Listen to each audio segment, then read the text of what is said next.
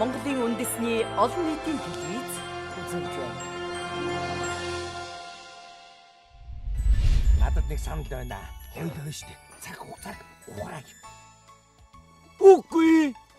Яг цаг хугацаа хизээж ухрааж болдгүй. Цагийн зүүн тийш эргэдэг. Тэр нь тийм л дээ, зүүн тийш эргэдэг. Гэхдээ чи нэг л удаа хараагүй юм шиг өнгөрөөч. 12 болох юм бол яг живдээ насан туршдаа энд үлдэх гэдэг над жаргалаа олоогүй үсттэй. Тийм болохоор хоёулаа цагийн зүг ухраагаад ад жаргалаа хурдан олъё. Үгүй. Үгүй. Ухраана. Үгүй. Яагаад? Цаг хугацаа явдгаараа явсаар болно.